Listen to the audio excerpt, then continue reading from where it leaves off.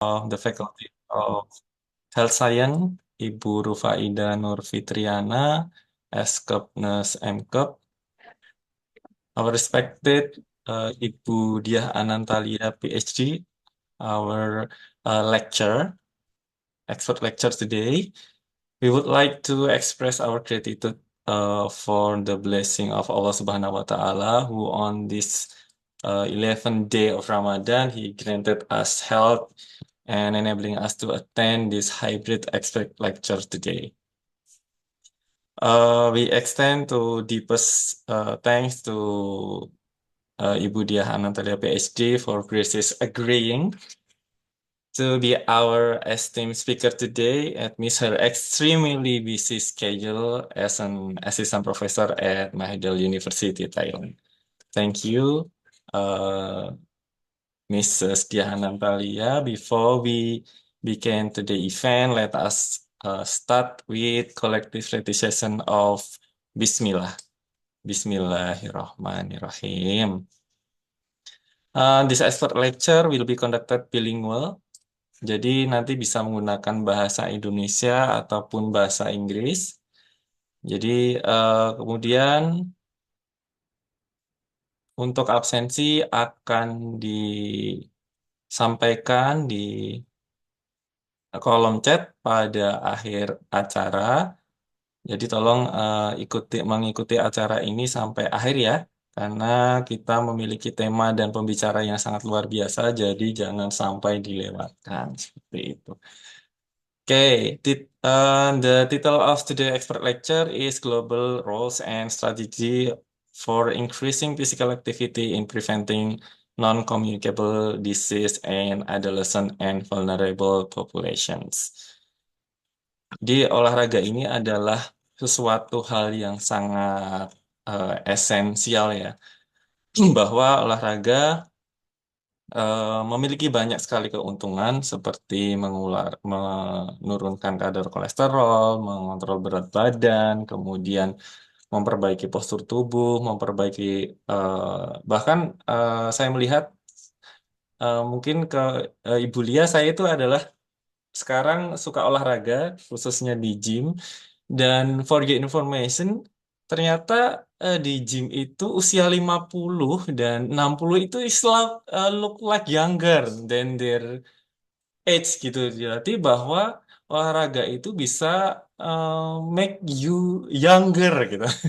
Membuat kita awet muda gitu. Bahkan saya melihat usia 50, usia 60 itu baik itu perempuan maupun laki-laki itu terlihat tegap gitu. Jadi memang olahraga ini sangat banyak bermanfaatnya, bukan hanya fisik saja, akan tetapi juga bermanfaat juga kepada psikis seseorang, ternyata bisa menurunkan stres, kemudian juga eh, membuat, kalau saya olahraga itu membuat tidur saya juga jauh lebih nyenyak begitu, dan ini juga eh, sekaligus juga secara langsung kan bisa mencegah banyak sekali penyakit non-communicable disease seperti itu. Bahkan saya juga berpikir ternyata communicable disease pun bisa dikurangi resiko dengan olahraga begitu, karena olahraga juga bisa menaikkan imunitas seseorang begitu. Jadi kita lebih kebal terhadap penyakit-penyakit yang datang ke kita begitu. Nah, kemudian yang agak mengenaskannya adalah jadi Kemenpora pada tahun 2023 menyatakan datanya adalah ternyata usia pemuda 16 sampai 30 tahun di Indonesia ini yang memiliki kategori yang baik dalam kebugaran jasmani itu hanya 5,04%. Bayangkan itu kan sangat sedikit sekali ya, apalagi kita mau menyongsong Indonesia emas. Bagaimana Indonesia emas dicapai tanpa kita melakukan aktivitas fisik secara rutin seperti itu. Nah, jadi faktor tersebut merupakan mungkin kita sebut alarm call ya, karena saking rendahnya aktivitas fisik khususnya pada remaja, mengingat kebugaran jasmani itu adalah aset ya, merupakan aset dan faktor krusial untuk meningkatkan kualitas SDM sebenarnya, baik dari segi kognitif, intelektual maupun kesehatan psikis untuk menuju Indonesia Emas 2045 seperti itu. Nah, kemudian tanpa berlama-lama ya, untuk acara selanjutnya adalah opening speech dari Ibu Dekan, Ibu Rufaida Nur Fitriana kepada Ibu Fai. Layar kami persilahkan. Baik, terima kasih Pak Pras atas kesempatannya. Baik, kami mulai. Bismillahirrahmanirrahim. Assalamualaikum warahmatullahi wabarakatuh. Waalaikumsalam warahmatullahi Oke, wabarakatuh. selamat pagi semuanya, salam sehat dan salam sejahtera untuk kita semuanya. Yang terhormat Bapak Budi Prasetyo SKMMK selaku Ketua Program Studi Promosi Kesehatan Program Sarjana Terapan yang pada pagi hari ini merangkap sebagai moderator ya Pak ya.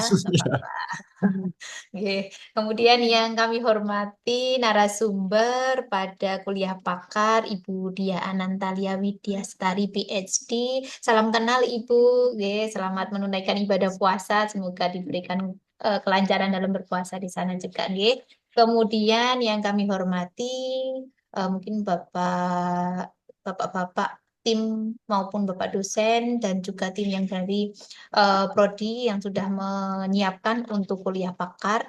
Kemudian yang kami banggakan mahasiswa, mahasiswi, peserta webinar kuliah pakar, baik yang berkumpul di ruang Smart Classroom yang secara offline maupun yang hadir di ruang Zoom secara online.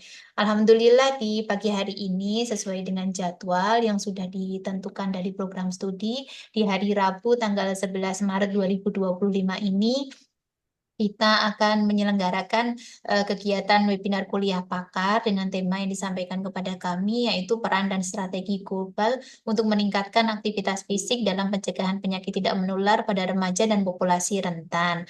Nah, di pagi hari ini Prodi sudah mengupayakan untuk kuliah pakar secara hybrid, ada yang secara offline berkumpul di dalam Smart Classroom dan juga secara online di dalam Zoom. Kami sangat mengapresiasi yang sudah dilakukan program studi sehingga mahasiswa itu menjadi salah satu kegiatan biar tidak mager di rumah hanya Zoom sambil tiduran, nggih. Jadi ada kegiatan fisik yang dilakukan ke kampus kemudian datang menyimak kegiatan hari ini dalam kegiatan kuliah pakar.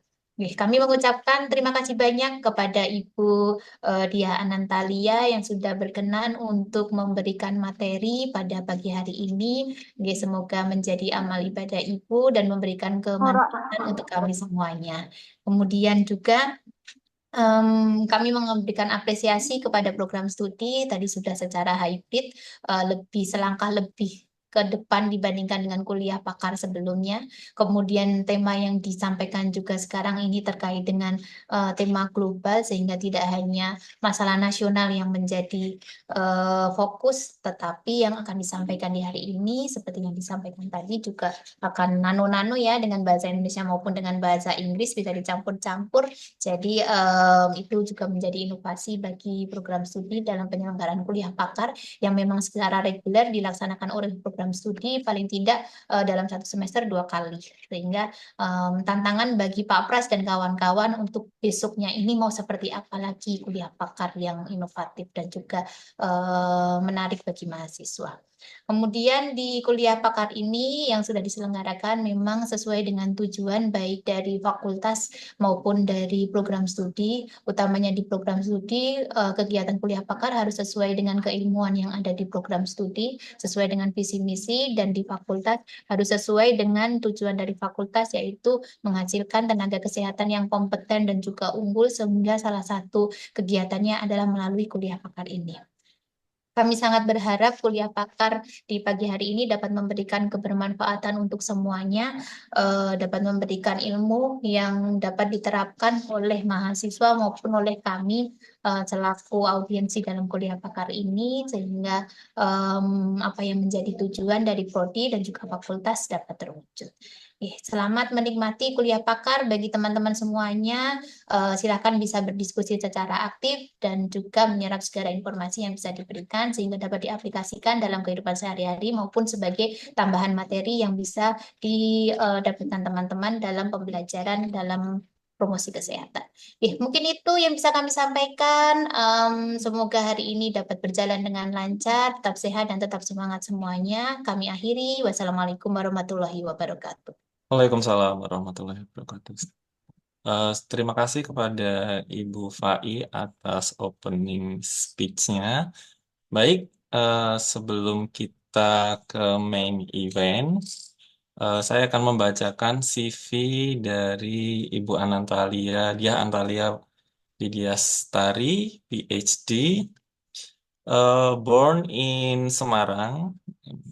Mrs. Anantalia served as an assistant professor at the Institute of Population and Social Research, Mahidol University, and as a department head of the Academic Network and Development Division at the Thailand Physical Activity Knowledge Development Center.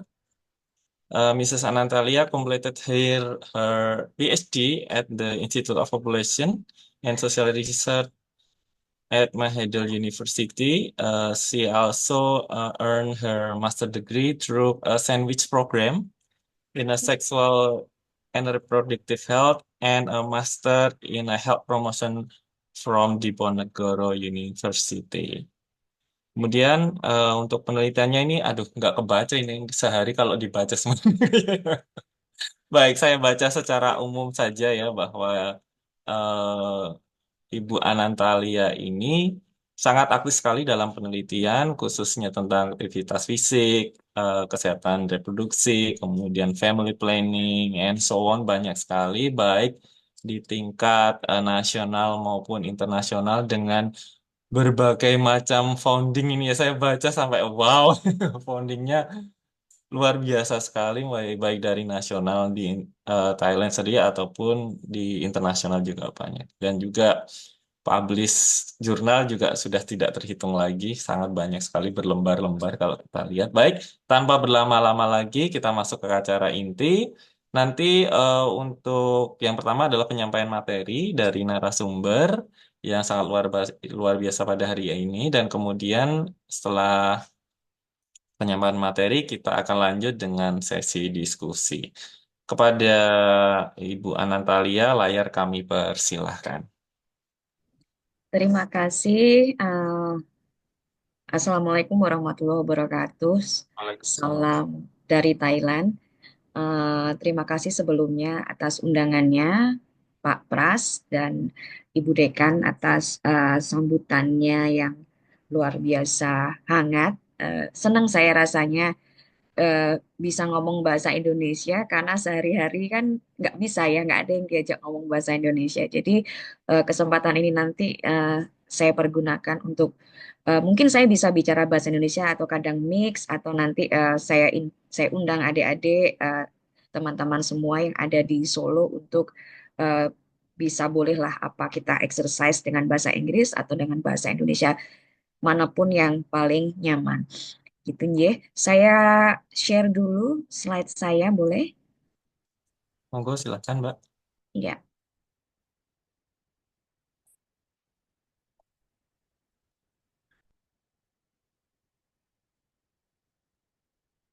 bisa dilihat full screen-nya. Sudah terlihat. Ya, jadi tema yang akan kita share ya hari ini, pagi ini, eh, bagaimana meningkatkan aktivitas fisik untuk mengurangi non-communicable disease atau penyakit tidak menular gitu ya. Tadi sudah beberapa contoh disampaikan oleh Pak Pras. Em, yang saya ingin sampaikan pada hari ini adalah saya ingin menantang teman-teman sekalian yang ada di Indonesia untuk berpikir lebih wide gitu ya. Maksudnya lebih lebih skupnya nggak cuma di individual level, di diri kita sendiri, tapi bagaimana kita bisa melihat isu ini sebagai institusi atau tenaga kesehatan. Seperti yang tadi disampaikan Bu Dekan, saya kutip di sini, bagaimana supaya mahasiswa lulusannya bisa menjadi tenaga kesehatan yang kompeten, gitu ya. Jadi yang apa yang akan saya sampaikan pada hari ini tidak akan apa manfaatnya physical activity atau olahraga untuk kesehatan, untuk mental health, untuk eh, mengurangi NCD secara spesifik karena tadi Pak Pras juga sudah menyampaikan dan ini lebih ke public health ataupun di pelajaran-pelajaran yang lain gitu ya. Yang akan saya share di sini adalah bagaimana supaya kita bisa melihat ini sebagai isu yang nanti mudah-mudahan teman-teman dan adik-adik menjadi lebih tertarik untuk me- memulai riset di tentang olahraga yang bisa bisa sampai nanti ke paling tidak agenda global. Oke, ya. Eh, saya pameri dulu. Ini adalah Prince Mahidol Hall yang biasa kita kalau wisuda di situ, kemudian setiap weekend ada yang namanya Thailand Philharmonic Orchestra gitu ya. Jadi kalau teman-teman Maaf, mahasiswa Mbak, di sini, ini ya, screen-nya belum terlihat, hanya PPT-nya saja. oh, Hanya PPT-nya, tapi ini masih belum coba sekarang. masih belum terlihat. Oh, Oke, saya share lagi kalau gitu.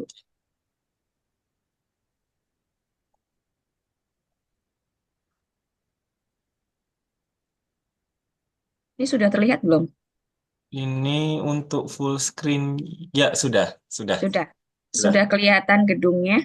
Ya, gedung yang glowing. Iya, itu adalah Prince Mahidol Hall ya, yang biasanya kita eh, wisuda di situ. Kemudian kalau setiap weekend, kalau pas ada Philharmonic Orchestra gitu, kita juga bisa gratis kalau kita mahasiswa di Mahidol gitu ya. Jadi nanti adik-adik eh, kalau ada yang kepengen melanjutkan sekolah, studi lanjut ke Mahidol, monggo silakan di browse nanti di website ya.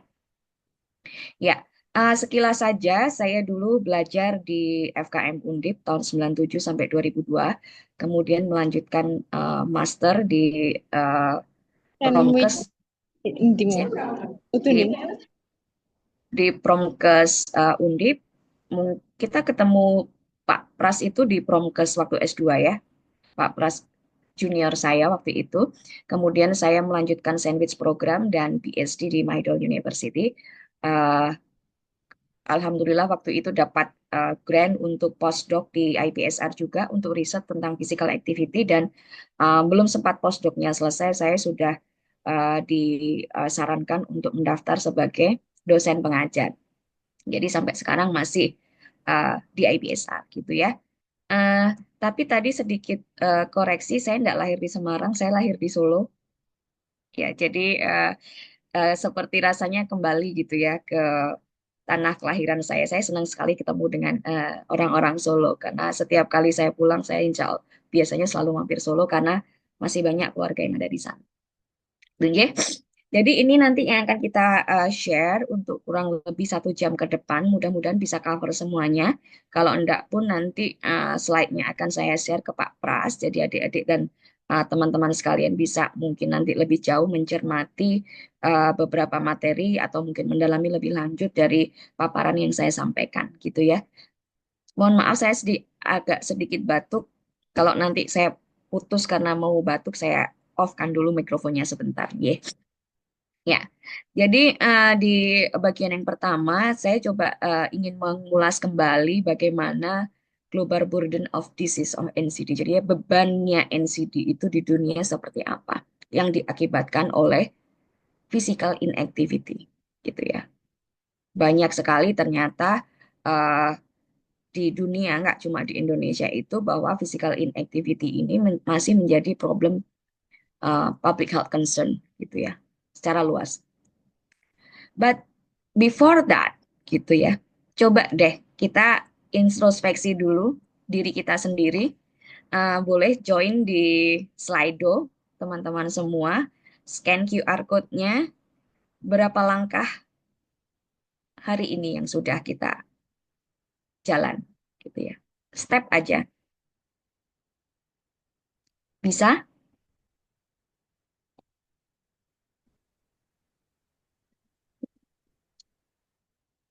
Ya, pilihannya ada 4, Ada 4. Ada ya. Kurang dari 5.000, 5.000 sampai 7.000, 7.000 sampai 10.000, atau lebih dari 10.000. Salah di opsinya 1222, harusnya 1234. Tapi diperhatikan saja langkahnya. Ya, bisa ya. Oke, kita lihat berapa langkah rata-rata.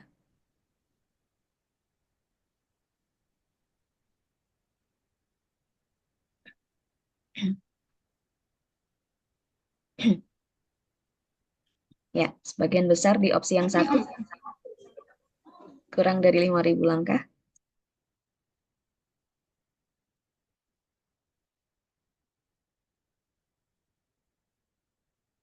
Kita ada berapa ya total peserta Pak Pras?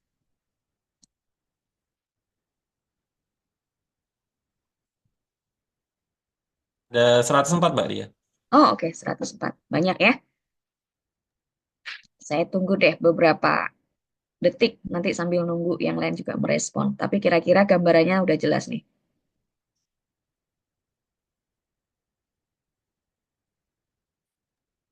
Ini nggak ada yang isi poin 23. Iya,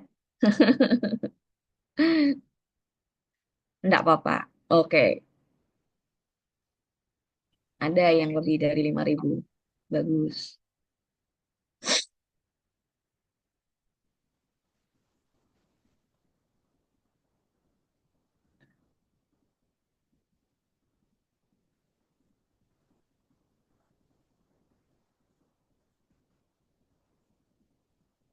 Oke, masih sebagian besar di kurang dari 5.000 ya.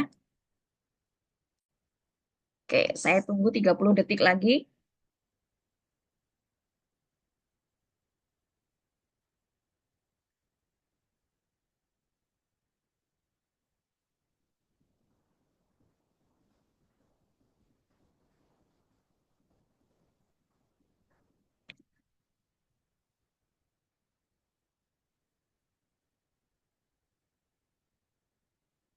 Ya, oke. Saya kira kita udah dapat gambarannya.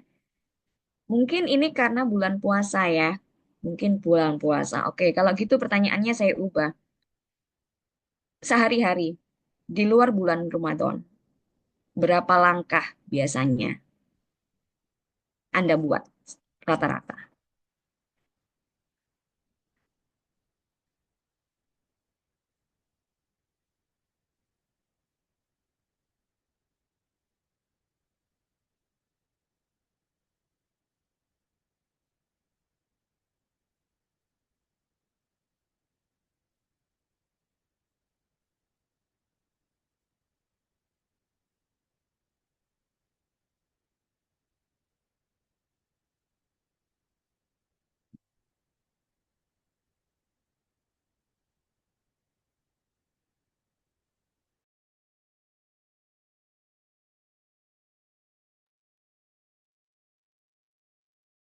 Ya, lumayan.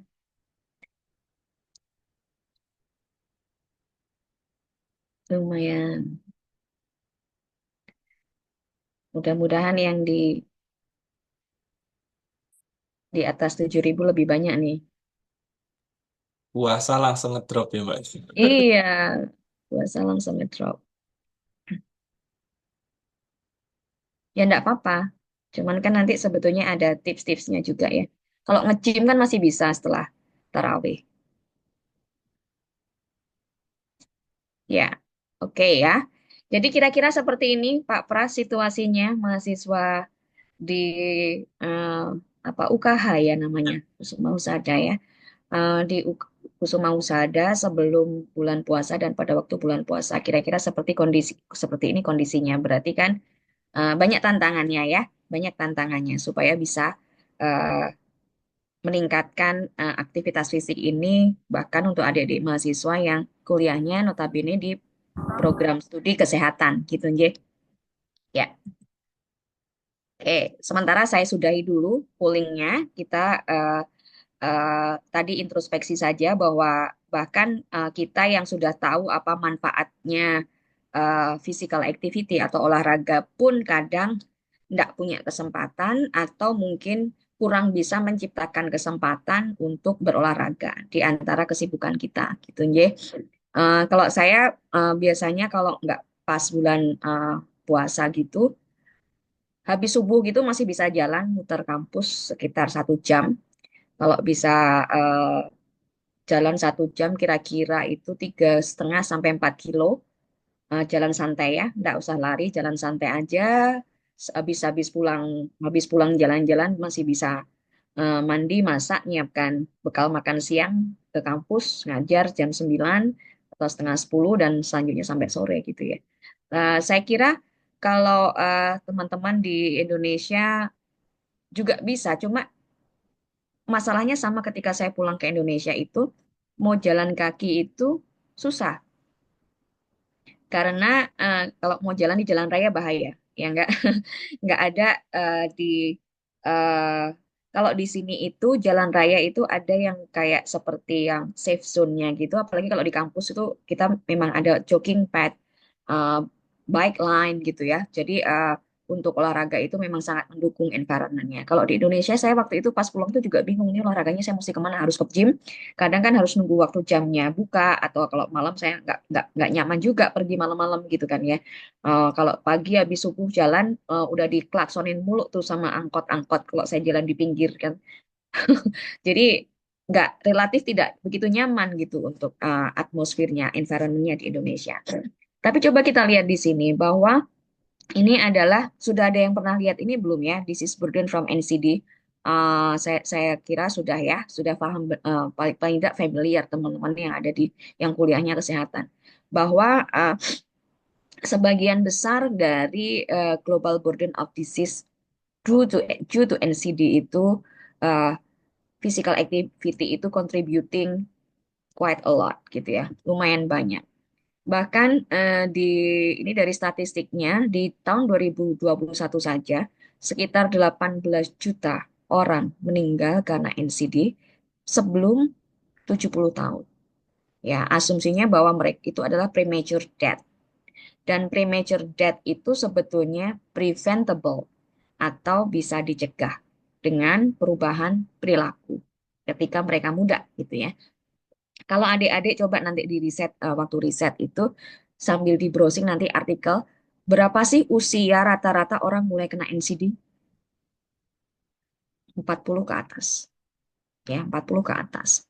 Dan NCD ini kan bukan penyakit dadakan, ya kan?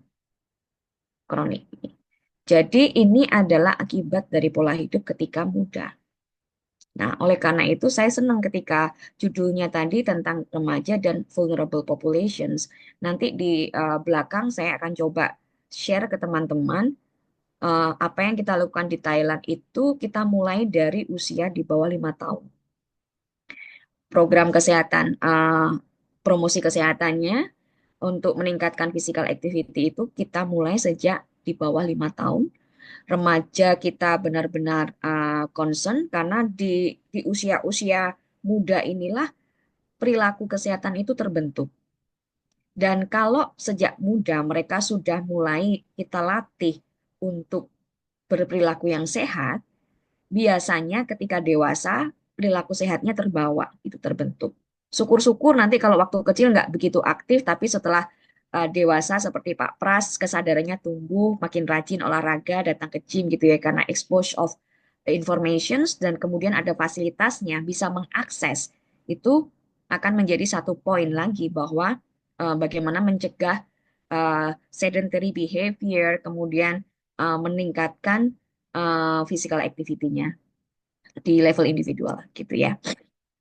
Nah, uh, physical inactivity itu di dunia menyebab berkontribusi pada 10% kejadian kanker payudara dan kolon atau usus besar. 7% menyumbang diabetes mellitus, menyumbang 6% coronary heart disease, dan 9% premature death. Dan seandainya kita bisa mengurangi jumlah orang yang tidak aktif, itu kita bisa menyelamatkan sekitar 1,3 miliar juta penduduk dan bisa menambah usia sekitar 0,68 tahun. Jadi tadi yang meninggal karena NCD tadi sebetulnya kalau dia olahraga sejak muda itu bisa sedikit lebih panjang umurnya gitu ya. Ini rata-rata. Jadi bisa kayak tadi Pak Pras menyebutkan usia 50-60 ketika mereka rajin berolahraga itu manfaatnya luar biasa gitu ya. Karena ketika berolahraga, otot jantungnya itu kan menjadi lebih elastis, ya kan? Ini contohnya gampang gitu aja. Lebih elastis, jadi nanti ketika semakin tua, elastisitasnya itu harusnya kan tubuh manusia nggak ada onderdilnya ya, kan nggak bisa ganti otot jantung. Nah, otot jantung ini perlu dilatih sejak kecil. Ketika otot jantungnya ini elastis, dia bisa memompa eh, oksigen gitu ya ketika beraktivitas dan kemudian ini eh, aliran darahnya kemudian eh, eh, di jantung kemudian ke seluruh tubuh alirannya lebih lancar gitu ya. Jadi ketika otot jantung ini elastis, kemungkinan untuk terjadinya stroke, kemudian segala yang berkaitan dengan heart disease itu bisa berkurang. Inilah yang paling jelas bagaimana fungsinya olahraga itu bagi tubuh kita, gitu ya. Dan ketika aliran darah itu lancar, supply ke seluruh tubuh itu lancar, berarti kan mengurangi kemungkinan-kemungkinan penyakit yang lain, gitu ya. Karena kan kuncinya di situ di cardiovascular functions, gitu yang paling paling kelihatan. Ketika itu bisa dikontrol, bisa diatur melalui olahraga dan makanan, kemungkinan besar ya kalau nggak ada faktor risiko yang lain, ini akan menjadikan fungsi tubuh itu lebih sehat gitu ya. Jadi ketika kita berusaha mengurangi orang yang tidak aktif, kita mengajak orang-orang yang kurang aktif menjadi lebih aktif, maka angka harapan hidup lebih panjang dan kita bisa mencegah premature death gitu tadi ya. Nah, ini dari Lancet yang paling baru, bisa lihat ya ini berdasarkan uh, untuk penduduk di atas usia 18 tahun ke atas. Jadi ini dikumpulkan dari hampir uh, 507 survei di banyak negara, jumlah totalnya 5,7 juta datanya.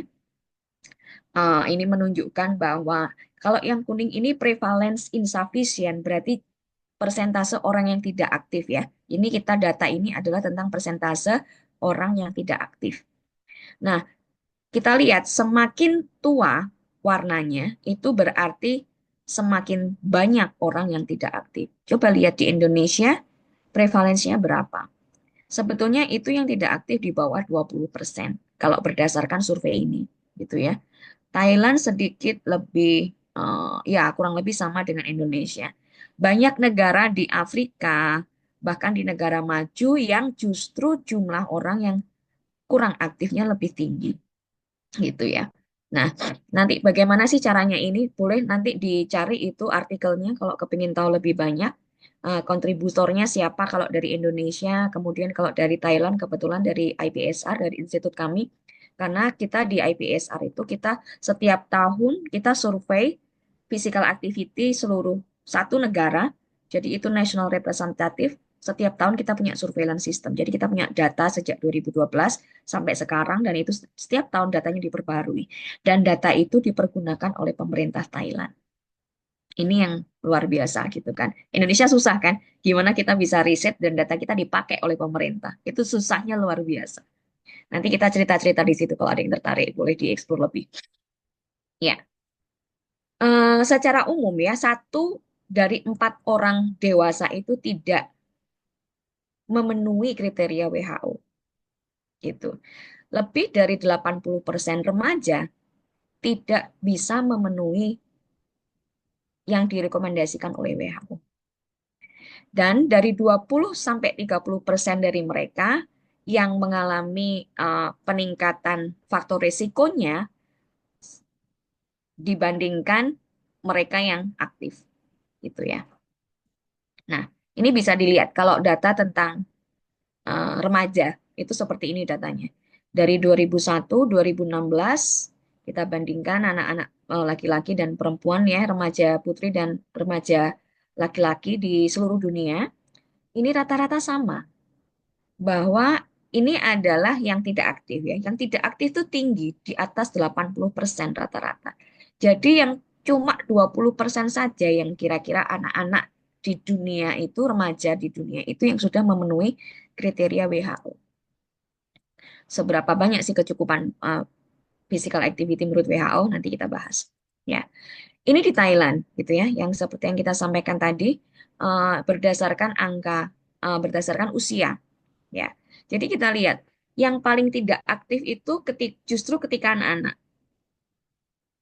Kemudian mulai turun ketika dewasa ya di usia-usia Pak Pras gitu yang kemudian masih punya kecukupan akses untuk mengunjungi gym atau teman-teman yang sudah punya informasi lebih tentang pentingnya physical activity ini uh, untuk tubuh secara general. Jadi lumayan tidak begitu tinggi ketika usia dewasa. Ketika sudah mulai menginjak uh, usia senja itu yang tidak aktif jadi naik lagi. Ya mungkin karena memang biologically ya, physically tidak memungkinkan lagi untuk beraktivitas ketika seperti muda, tapi juga sebetulnya ada uh, pedoman dari WHO juga sebetulnya bahkan senior-senior itu yang di atas 50 tahun tetap masih bisa berolahraga sesuai dengan kapasitasnya. Itu ya. Jadi sebelum kita jauh-jauh membahas tentang physical activity di dunia, apa sih physical activity itu? Ada yang tahu nggak? Coba apa sih yang disebut dengan physical activity itu? Ada yang bisa tahu? Coba di chat. Ada yang tahu nggak?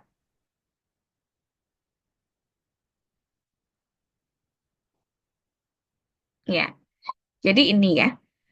Physical activity itu sebetulnya bukan cuma olahraga, tapi semua pergerakan tubuh yang diproduksi oleh otot yang menghasilkan energi. Itu physical activity. Jadi physical activity nggak cuma olahraga, tapi semua jenis pergerakan tubuh yang digerakkan oleh otot dan menggunakan energi. Itu adalah physical activity. Bisa dalam bentuk jalan, naik sepeda, main bola, jalan-jalan dengan anjing, menari, dancing, yoga, tai chi. Itu semua adalah bentuk-bentuk physical activity.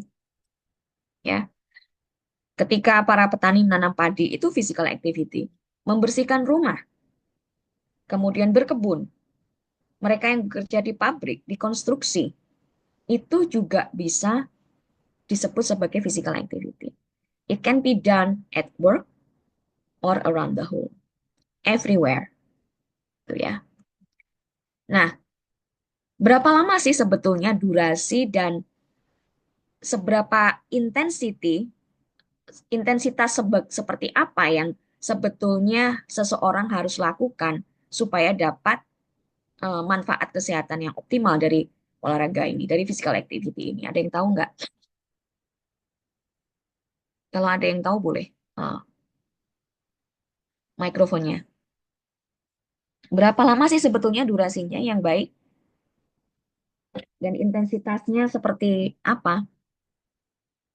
Ada yang tahu nggak? 30 menit nggak sih ya? Oke, 30 menit. Durasi Kemudian, intensitinya ya medium to high. Mungkin. oke, ya. Jadi sudah ada banyak riset dan itu kemudian dikumpulkan oleh WHO untuk mereka menjadi pedoman ya yang namanya Global Physical Activity Guideline tahun 2020 itu ada sudah di dalamnya jelas sekali untuk masing-masing kategori usia dan berapa durasi dan intensitasnya gitu ya. Nah, ini yang saya sebutkan tadi, WHO Recommendation for Physical Activity and Sedentary Behavior for All Ages. Untuk anak-anak dan remaja usia 5 sampai 17 tahun itu disarankan 60 menit.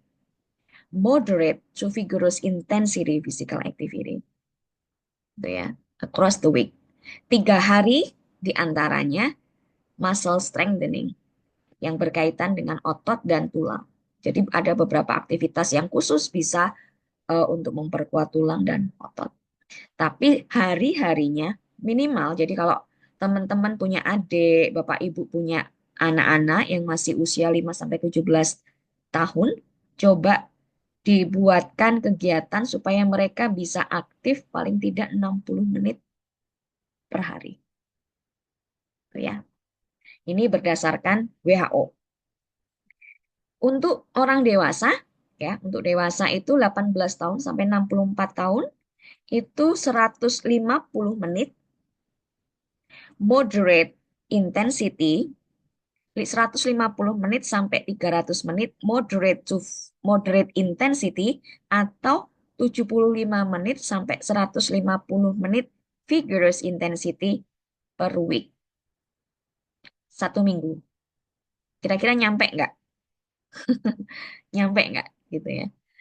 Jadi ini angka ini, menit ini adalah per minggu. Jadi kalau oke deh kita bilang 300 menit moderate vigorous moderate intensity. Jadi kalau 300 menit dibagi dalam 1 minggu, katakanlah 6 hari, gitu ya. 6 hari, berarti 1 hari paling tidak 50 menit. Ya kan? Kalau misalnya minggu mau istirahat deh, nggak usah olahraga. Mau mager aja minggu nonton TV, masak-masak di rumah, kumpul sama keluarga, misalnya nggak mau olahraga. Oke deh, 300 menit itu dibagi seminggu, diakumulasikan rata-rata berarti 300 dibagi 6, 50 menitan per hari. Gitu ya. Atau kalau mau cuma 3 hari gitu ya, 3 hari, tapi intensitasnya dinaikkan 50 menit 3 hari aja, tapi intensitasnya dinaikkan jadi vigorous intensity, jadi totalnya 150 vigorous intensity. Nah, itu yang disarankan oleh WHO supaya bisa dapat optimal benefit, gitu ya.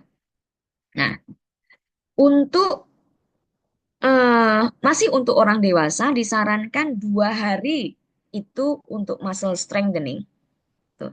Mungkin teman-teman juga udah tahu ya bahwa misalnya nih kalau yang eh, sedikit overweight atau kemudian kepingin menurunkan berat badannya, olahraga kardio itu sebetulnya malah tidak bisa dengan segera menurunkan, tapi harus dibantu dengan muscle strengthening gitu ya. Nah, manfaatnya muscle strengthening itu juga banyak gitu kalau terutama di orang dewasa. Karena apa? Ketika nanti beranjak semakin tua, usia senja, itu bisa mengurangi fall, jatuh, injury gitu. Karena pertama kali organ manusia yang ketika orang sudah semakin tua, yang paling rentan tidak bisa menopang badan itu kan kaki, ya, kaki. Nah, ketika kaki ini mulai dilatih supaya kuat, itu bisa mengurangi resiko jatuh, fall prevention atau injury ketika sudah nanti memasuki usia yang tua gitu. Ini juga salah satu manfaatnya physical activity, termasuk dari yang muscle strengthening gitu ya. Nah, sudah masuk belum kriteria tadi masing-masing? Boleh dicek,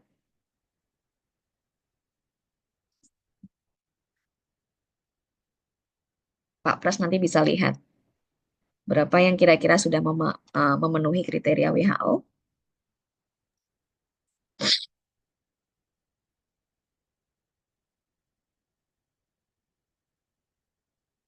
Oke, nggak ada yang jawab. Baiklah, saya teruskan ya. Kira-kira mungkin belum ya, belum. Sebagian besar belum, karena kalau kita lihat langkahnya aja cuma di bawah 5.000.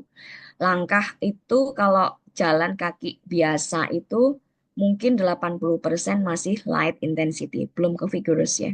Nanti ukurannya vigorous itu seperti apa, moderate itu seperti apa, kita belajar lagi setelah ini. Oke, ini untuk lansia ya, untuk usia 65 tahun ke atas, sama sebetulnya. 150 sampai 300 menit moderate intensity atau 75 sampai 150 menit vigorous intensity gitu ya. Jadi olahraga untuk para lansia itu sangat bermanfaat untuk mencegah all cause mortality, cardiovascular disease mortality, hipertensi, site specific cancer, kemudian prevent falls and injuries and decline in bone health and functional ability. Jadi nanti bisa dibaca bukunya ya, bisa dicari gratis kok di Google ada. Ya, eh ya, lansia juga disarankan beraktivitas fisik paling tidak 2 hari dalam 1 minggu untuk yang muscle strengthening atau kegiatan-kegiatan yang bisa memperkuat otot. Nah, saya dari tadi ngomong nih, light intensity, moderate intensity, vigorous intensity. Itu artinya apa sih? Seperti kegiatan seperti apa yang termasuk light intensity? Kegiatan seperti apa yang termasuk moderate intensity? Vigorous intensity itu seperti apa? Dari mana kita tahu bahwa yang kita lakukan itu sudah termasuk moderate atau vigorous? Ya. Nah, ini salah beberapa contoh untuk jalan kaki, berenang, dancing, biking, slow ya. Kemudian hiking. Hiking tuh bisa mungkin moderate kalau pas ada steepnya gitu, ada tanjakannya. Gardening itu mungkin termasuknya light intensity. Vigorous intensity bisa yang naik sepeda tapi yang kencang, kemudian lari, weightlifting, main bola, panjat tebing, atau beberapa aktivitas yang mengharuskan Anda itu sampai kalau bahasanya Jawa itu ngos-ngosan. Gampangannya gitu. Vigorous intensity itu adalah ketika Anda beraktivitas fisik dan sudah sampai ngos-ngosan. Ya, ini secara kategorisasinya bahwa uh, descriptive measure-nya bahwa moderate intensity itu ketika kita masih bisa misalnya jalan kaki itu masih bisa ngomong secara normal. Kalau sudah vigorous itu kalau kita lari itu udah nggak ngomong itu udah hampir nggak bisa gitu, ngos-ngosan tersengal-sengal nafasnya. Itu berarti sudah vigorous. Coba nanti dirasakan ketika Anda lari ya. Kalau masih bisa ngobrol sama temannya sebelah, itu berarti masih moderate. Tapi ketika sudah ngos-ngosan sekali, mau ngomong susah, itu berarti sudah vigorous. Nafasnya, VO-nya sudah tinggi sekali di dalam paru-paru dan jantung. Gitu ya. Gampangannya gitu. Kalau udah ngos-ngosan, berarti itu vigorous. Kalau masih bisa ngomong santai, ketika lari, itu berarti masih di moderate atau mungkin di light. Gitu ya. Nah, tapi yang menjadi key message dari WHO yang terakhir itu bahwa semua aktivitas fisik itu baik untuk hati, badan, dan pikiran. Berapapun levelnya, it's okay. Jadi jangan sampai eh, nggak pede gitu. Misalnya, saya cuma bisa 3.000, nggak apa-apa. Saya cuma bisa 1.000 per hari, nggak apa-apa. Tapi coba ditingkatkan. Karena setiap aktivitas fisik itu baik, gitu ya. Dan muscle strengthening, aktivitas yang bisa memperkuat otot itu sangat bermanfaat untuk semua usia, gitu ya. Jadi setelah webinar ini yang mungkin masih di bawah 5.000, besok setelah puasa mungkin ditingkatkan sampai 7.000 per hari gitu ya. Yang sudah 7.000 sebelum puasa mungkin bisa ditingkatkan sampai 10.000. Yang tadinya intensitasnya masih di light bisa ditingkatkan jadi moderate atau vigorous gitu. Pelan-pelan nggak apa-apa, step by step nggak apa-apa, tapi coba kita uh, diri kita sendiri sebagai contoh gitu ya. Ketika bisa ngomong, kita mempromosikan physical activity, tapi kalau kita sendiri tidak melakukan kan rasanya aneh, ya kan? Nah, jadi ketika Anda sebagai petugas kesehatan, nanti misalnya Anda punya riset, punya program untuk meningkatkan aktivitas fisik untuk anak-anak sekolah misalnya, atau untuk para lansia misalnya. Kalau Anda sendiri nggak beraktivitas fisik kan aneh ya rasanya ya ketika kita menyarankan kepada orang lain untuk beraktivitas fisik tapi kita sendirinya belum, ya mungkin kalau saya sih aneh gitu. Makanya coba nanti dirasakan sendiri oleh teman-teman coba ditingkatkan sedikit demi sedikit aktivitas fisiknya supaya nanti ketika Anda benar-benar terjun ke masyarakat itu bisa menjadi contoh. Itu ya. Nah, tadi yang pertama dari seksi yang sudah kedua. Kemudian dari uh, yang ketiga, kita coba lihat dari kacamatanya Indonesia nih. Gimana sih kondisinya di Indonesia? Tadi Pak Budi sudah menyinggung sedikit dari Kemenpora ya, dari Kemenpora.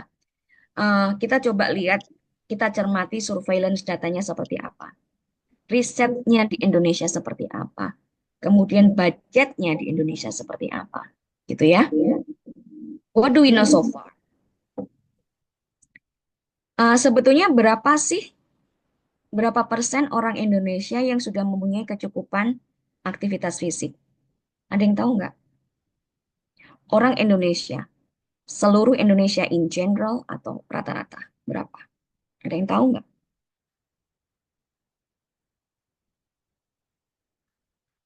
Yang sudah cukup berapa?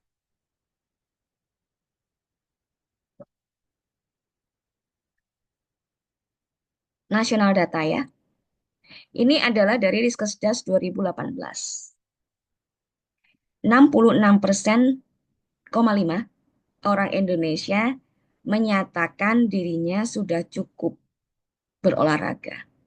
Tapi kan Riskesdas itu dari survei itu adalah dari self report ya. Ketika kita menanyakan hal ini berapa tentang kepada responden berarti itu adalah jawaban dari responden. Kita tidak mengukur secara objektif. Jadi ini adalah subjective measure, subjective response.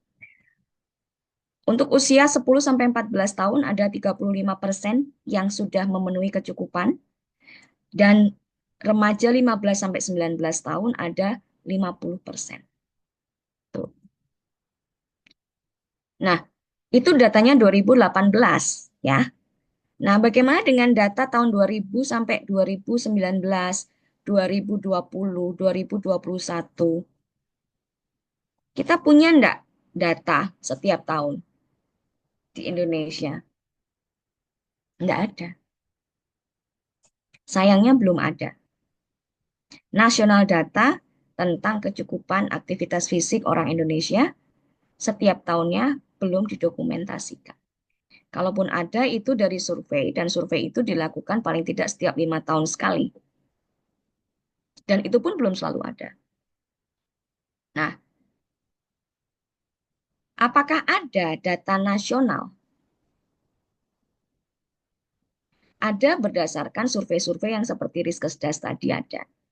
Tapi 2018, 2023, jaraknya berapa tuh 5 tahun? Selama ini saya baru ketemu dari Riskesdas yang ada pertanyaan tentang aktivitas fisik. Dari survei nasional ya, National Survey, National Representative Data. Kalau penelitian skala mikro, misalnya teman-teman mahasiswa dengan sampel sekitar 500, paling banyak 300 atau 100 itu banyak. Tapi kalau kita bisa punya data nasional, itu akan jauh lebih baik untuk para pemangku kebijakan supaya tahu kondisi sebetulnya di Indonesia itu seperti apa. Tuh ya. Kita punya Germas. Tapi Germas bisa bilang enggak berapa persen dari masyarakat Indonesia yang punya kecukupan physical activity? Saya enggak nemu datanya. Kalau teman-teman ada yang bisa menemukan datanya dari Germas yang sudah dicanangkan beberapa tahun yang lalu, kalau ada data nasional, itu bisa dijadikan sebagai salah satu uh, penelitian yang luar biasa, data yang bisa uh, sebagai masukan kepada pemerintah dan para pemangku kebijakan untuk memperbaiki kondisi ini tentang promosi kesehatan, terutama tentang physical activity di Indonesia. Ya. Nah, ini ada beberapa studi yang ada di Indonesia. Sebagian besar mereka melakukan penelitian yang berkaitan dengan correlates atau physical activity yang bisa berkaitan dengan BMI, physical fitness, socio-demographic, parental rule, general health, mental health, dan everything else gitu ya. Jadi eh, dari beberapa studi tadi yang ada di Indonesia yang bisa menjangkau angka nasional itu juga tidak banyak. Ya. Ini adalah beberapa contoh studi di Indonesia yang berdasarkan data nasional dari Kementerian Kesehatan tahun 2028, dari Global School Health Student Health Survey, ini punyanya WHO. Tapi kalau Global School Health itu berarti cuma anak usia sekolah, ya kan, tidak bisa mengcover general populations. Dari Kementerian Kesehatan lagi tahun 2013. Yang keempat, data dari Global School Health Survey lagi, ini tentang anak remaja lagi. 2007 tentang anak remaja lagi. Nggak bisa mengcover seluruh populasi. Jadi kita kurang sekali data tentang level atau persentase penduduk Indonesia yang punya kecukupan physical activity secara nasional. Data nasional itu masih kurang. Ya. Ini yang terakhir penelitian tahun 2019 itu masih di GSHS, itu adalah Global School Health Survey untuk anak usia sekolah. Karena itu adalah satu-satunya survei nasional level untuk anak remaja yang dilakukan oleh WHO.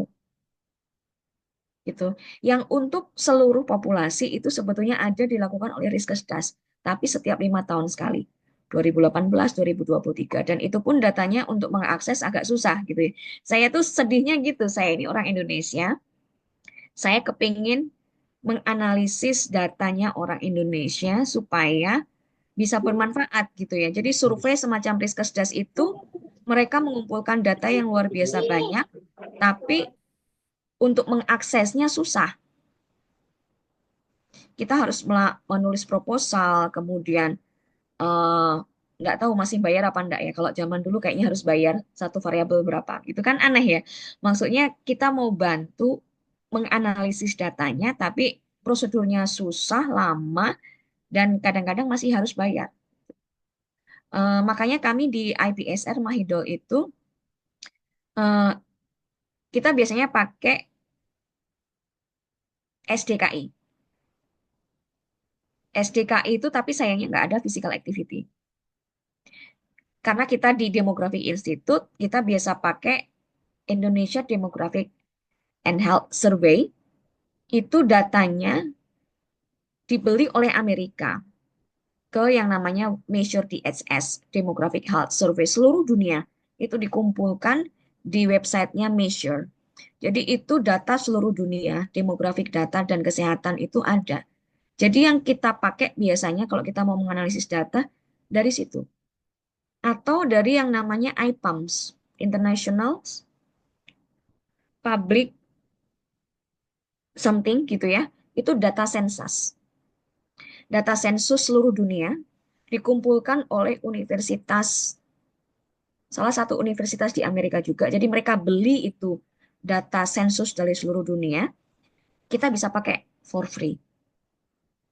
Datanya kita bisa download for free. Kita mau analisis sensus data dari Indonesia sejak tahun 1970, 80, dan seterusnya, itu ada di namanya IPUMS, IPUMS, data sensus. Sementara kalau saya mau minta data sensus dari Indonesia, itu luar biasa lagi susahnya, bukan main gitu ya.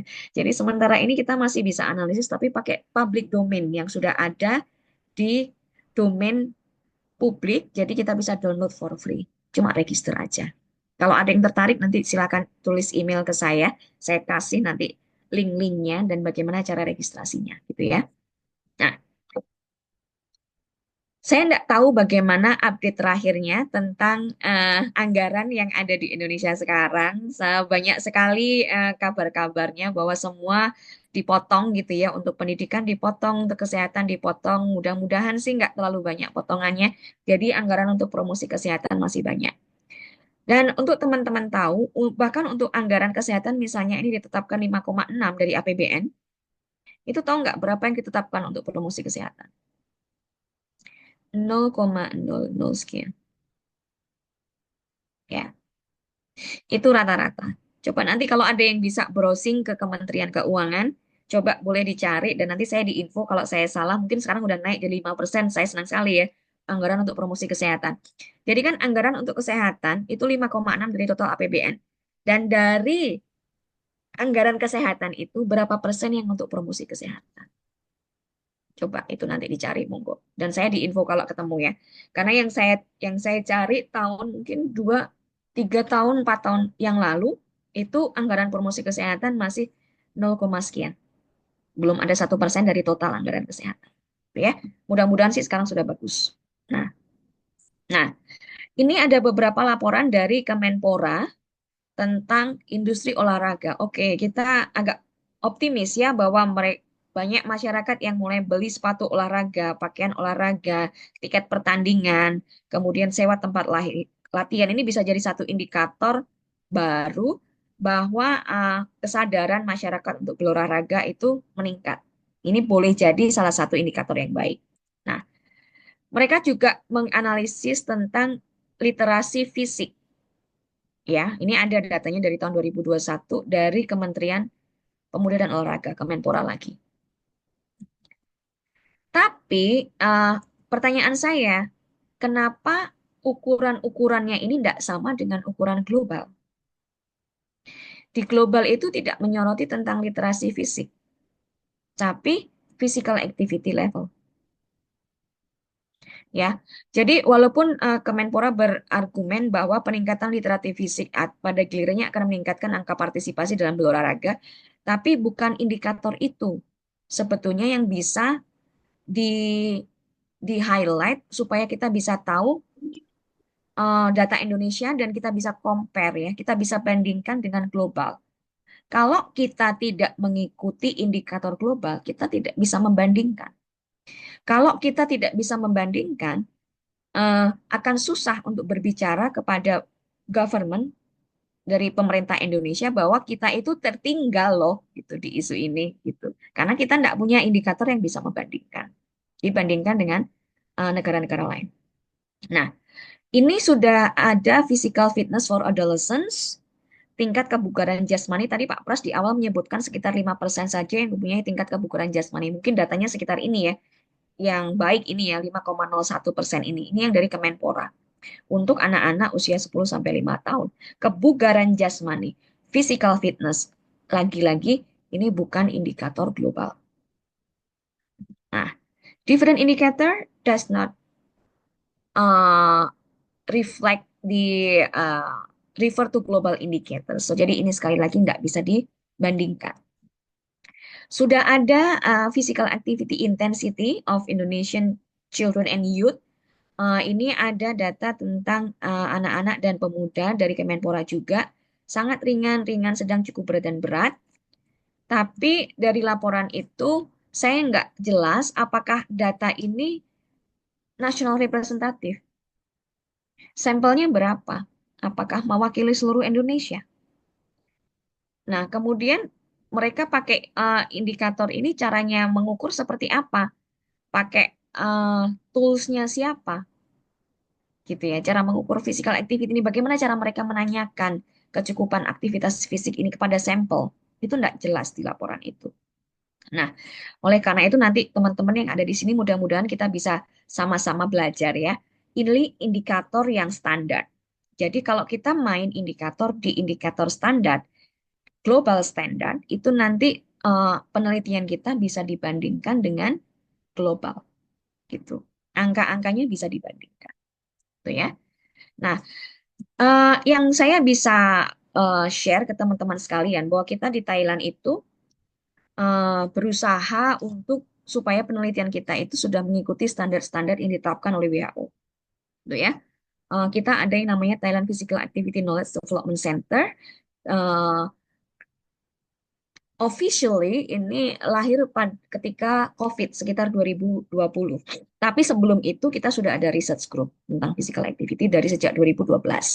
Ya, kita ada beberapa departemen yang mengurusi survei biasanya ada di ini Behavioral and Social Phenomenon Research Department ini yang bertanggung jawab melakukan survei physical activity, surveillance physical activity setiap tahun, national level, dan itu datanya sekali lagi dipakai oleh pemerintah Thailand untuk merumuskan kebijakan, gitu ya.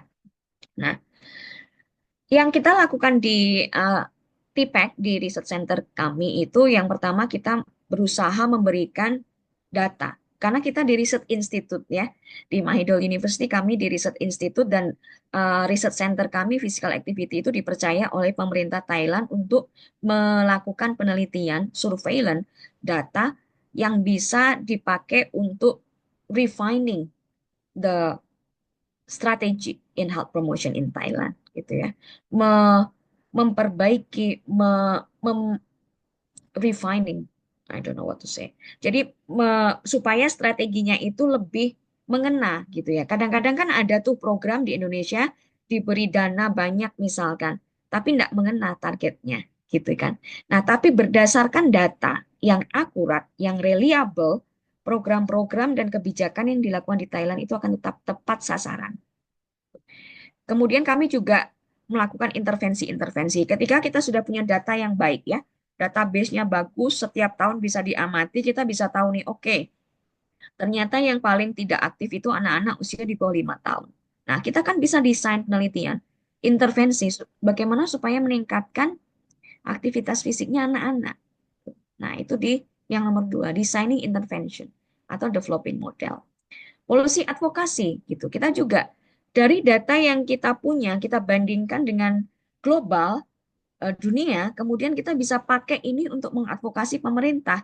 Ini loh pemerintah Thailand bahwa kita ini masih di level 100 sekian kalau dibandingkan dari negara eh, medium income yang ada di Thailand, yang ada di dunia gitu misalnya ya. Nah, apa yang mesti kita lakukan? Pemerintah mau apa nih dengan ranking yang seperti ini? Mau meningkat apa enggak ini kinerjanya?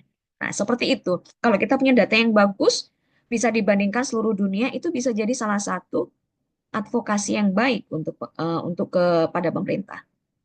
Nah, kita juga meningkatkan ya expanding international collaboration supaya apa kita belajar dari negara-negara yang lebih maju dalam hal health promotionnya supaya kita bisa belajar apa sih yang mereka sudah lakukan supaya penduduknya itu lebih aktif, lebih sehat gitu ya. Jadi itu kita belajar dari banyak negara.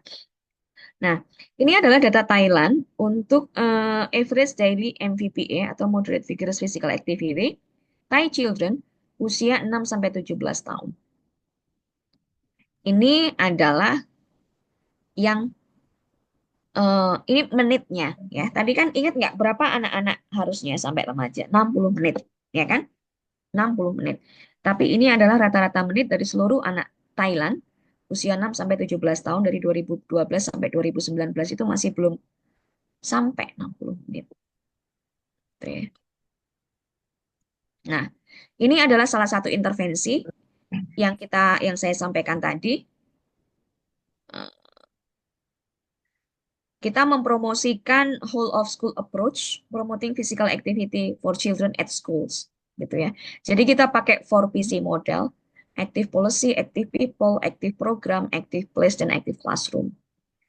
Ini adalah yang saya ceritakan tadi, kita bergabung dengan yang namanya Global Matrix, dengan lebih dari 60 negara di 6 benua. Kita bersama-sama berdiskusi, kita punya sekitar 10 indikator. Jadi semua negara kita punya indikator yang sama dan kita menilai diri kita sendiri berapa seberapa bagus performance kita dalam physical activity. Kita juga belajar dari 60 negara tentang bagaimana meningkatkan physical activity untuk anak-anak di bawah 5 tahun. Kita juga dengan 60 negara. Nah, ini salah satu contohnya yang dilakukan oleh teman-teman di Indonesia. Kita pakai yang namanya Actigraph. Actigraph yang kayak itu ya, yang warna merah itu kita pakaikan di anak-anak itu bisa mengukur aktivitas fisik secara objektif, lebih akurat. Gitu ya. Nah, ini adalah yang kita lakukan, yang model kita 4PC tadi, Active People, kita mendesain program di sekolah supaya anak-anak sekolah itu lebih aktif. Nah, ini sebelum masuk kelas, biasanya ada uh, General Assembly, gitu ya. Kita minta anak-anak untuk beraktivitas fisik dulu sebelum mereka masuk kelas. Ini ketika break atau ketika istirahat itu, jadi lingkungan sekolahnya itu didesain sedemikian rupa supaya memungkinkan anak-anak bisa beraktivitas fisik ketika mereka lagi break. Ini yang kita lakukan di dalam kelas. Jadi nggak cuma duduk gitu ya. Jadi anak-anak itu di Indonesia saya kira sama. Ketika masuk di dalam kelas mereka di doktrinnya adalah duduk manis, ya kan? Duduk manis di bangku, jangan lari-lari, dengarkan gurunya, belajar yang benar, gitu kan? Itu yang rata-rata kita dengar di SD, mungkin di TK. Nah, itu yang kita coba diubah di Thailand. Kita coba menjadi smart classroom, active classroom, 10 menit eh, beraktivitas fisik, 40 menit penyampaian materi, kemudian 10 menit adalah feedback. Kita coba insight bagaimana anak-anak eh, idenya seperti apa, mereka punya pendapat, mereka punya apa namanya opini tentang sesuatu, melatih keaktifan berbicara, gitu ya. Jadi 1 jam mata pelajaran itu kita bagi menjadi 3, 10 menit aktivitas fisik, 40 menit eh, untuk penyampaian materi dan 10 menitnya untuk insight atau feedback, gitu ya. Nah, ini yang kita dapatkan bahwa di sekolah yang kita uji coba dengan model tadi, model intervensi 4PC tadi, 4PC tadi, kita bisa lihat di sini ada significant difference ya, ada perbedaan yang signifikan antara sekolah-sekolah yang tidak mengikuti model atau tidak menjadi intervensi dengan sekolah-sekolah yang menjadi intervensi. Nah, kita bisa lihat anak-anak di sekolah intervensi itu mereka bisa lebih dari 60 menit aktivitas fisiknya. Persentase yang memenuhi kecukupan fisik juga lebih tinggi daripada anak-anak yang di sekolah kontrol, gitu ya. Jadi model yang kami terapkan itu sekarang sudah diuji coba. eh, Tadinya untuk di penelitian ini kami coba hanya ada 20 sekolah, sekarang sudah diterima secara nasional, diizinkan oleh Menteri Pendidikan untuk diadopsi oleh sekolah-sekolah yang mau dan mampu mengadopsi model ini di sekolah mereka. Saat ini sudah lebih dari 500 sekolah menyatakan kesediaannya untuk mengadopsi model 4PC ini, gitu ya. Nah, apa sih strateginya gitu ya? Masih tinggal beberapa menit lagi kita strategi apa kalau kita sudah tahu kondisinya Indonesia seperti itu, kondisi dunia seperti itu. Jadi gimana supaya kita nggak terlalu tertinggal jauh gitu ya? Apa yang harusnya kita lakukan? Strategi apa untuk meningkatkan physical activity? Nah, kalau teman-teman familiar nggak dengan socio-ecological model of physical activity gitu ya, bahwa untuk memperbaiki health promotion atau physical activity levelnya di level manapun gitu ya, itu banyak sekali yang harus kita atasi gitu ya. Mulai dari yang paling dalam nih, di individual level, ada interpersonal level, kita harus meningkatkan sikapnya, motivasinya, bariernya mungkin socioeconomic status, jadi salah satu yang paling oke deh. Saya nggak punya membership ke gym, saya nggak punya alat-alat olahraga, saya nggak punya sepatu olahraga. Jadi kan itu sosioekonomik ya alasannya di level individu. Nah, kemudian di interpersonal level, apa yang kita bisa lakukan supaya ada peer gitu ya, peer model gitu yang bisa menjadi contoh gitu. Seperti Anda-Anda yang ikut webinar ini, mudah-mudahan bisa menjadi agent of change gitu kan, contoh bagi yang lain supaya mereka mau berubah menjadi lebih sehat, mau bergerak lebih, beraktivitas lebih gitu ya. Di organization level gitu ya, Fasilitasnya seperti apa? Tadi yang saya ceritakan di Thailand itu environment-nya aman buat berolahraga.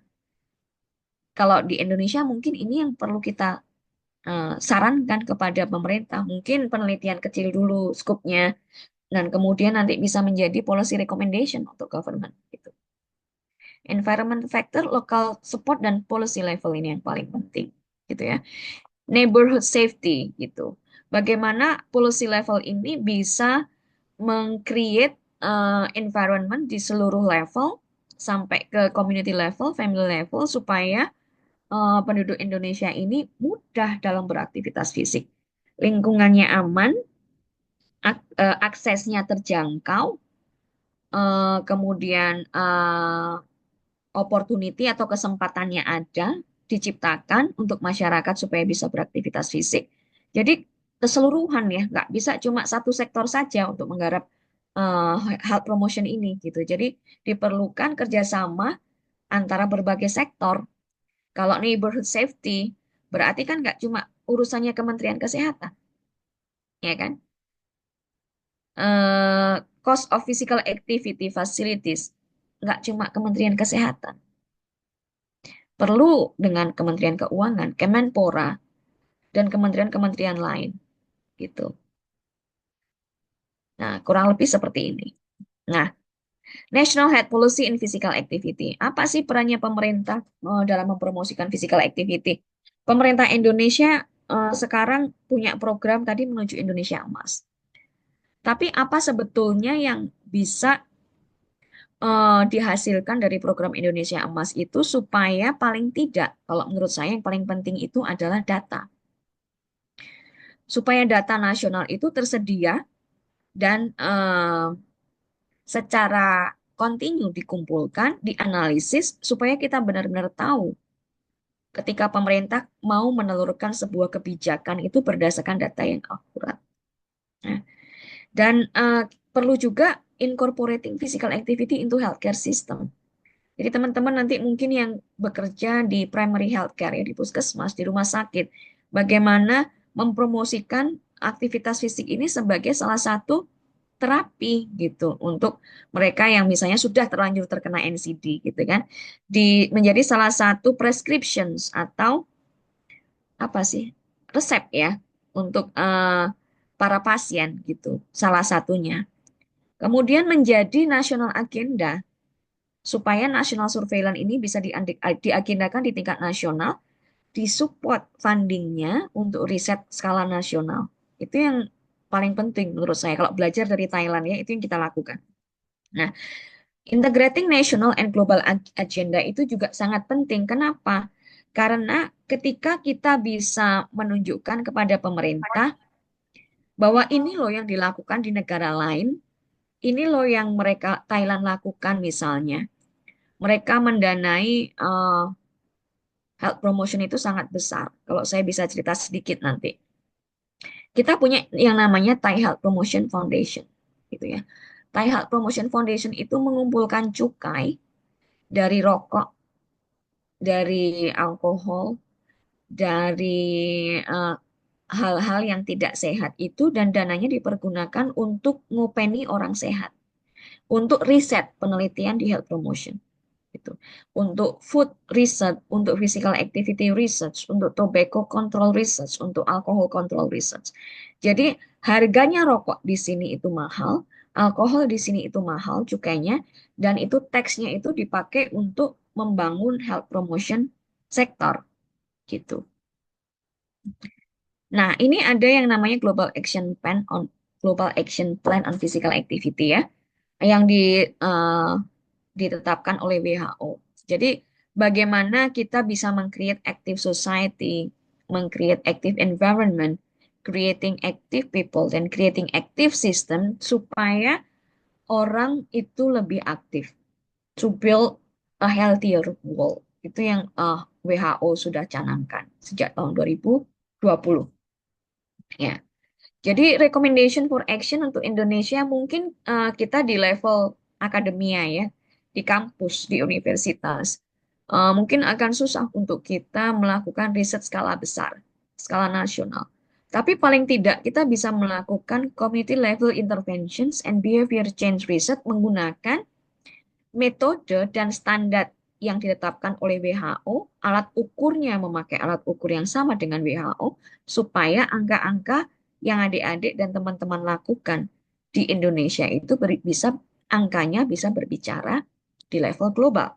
Nah, itu salah satu yang bisa menjadi uh, take away message ya yang bisa saya ajak untuk teman-teman sekalian supaya kalau nanti ada yang berminat melakukan penelitian di physical activity itu bisa paling tidak menggunakan alat ukur yang ditetapkan WHO. Guideline-nya atau ambang batasnya tadi yang 60 menit, 150 menit, 300 menit menggunakan ambang batas WHO. Jadi ketika nanti teman-teman melakukan penelitian itu bisa dibandingkan angkanya dengan global gitu. Itu kurang lebih yang bisa saya sampaikan. Mudah-mudahan bermanfaat. Monggo saya kembalikan ke Pak Pras. Baik, terima kasih em, Mbak Lia saja ya, Mbak. Boleh, boleh ya, monggo silakan. Terima kasih Mbak Lia atas materinya yang sangat menginspirasi ya bahwa data itu memang sangat amat penting ya karena memang Ya, kita untuk memutuskan policy baik itu di tingkat mulai dari lokal saja, mulai dari lokal sampai tingkat nasional itu sangat penting karena memang dan saya melihat bahwa di Indonesia itu ternyata memang belum hanya Riskersdas saja karena dari Kemenpora tadi juga masih belum jelas bagaimana metodenya, ya, bagaimana instrumennya dan lain-lain. Padahal di WHO sendiri kan sudah ada ya, instrumen bakunya ya kita nyebutnya ya. supaya kita juga bisa menggambarkan kondisi di tingkat global seperti itu. Baik, selanjutnya adalah sesi tanya jawab. Mungkin teman-teman bisa melakukan tanya jawab langsung ataupun via chat. Monggo, kami persilahkan. Monggo kalau yang tanya langsung bisa raise hand ataupun yang di kelas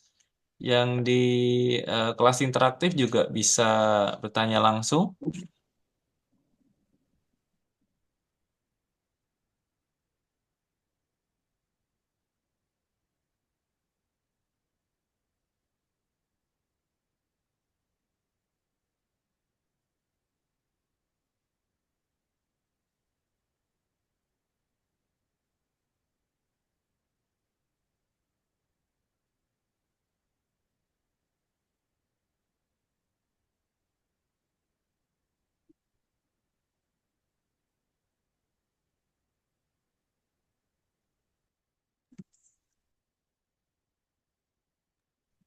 Silahkan Mas. Berdiri aja. Oh, berdiri. Perkenalan dulu, Pak.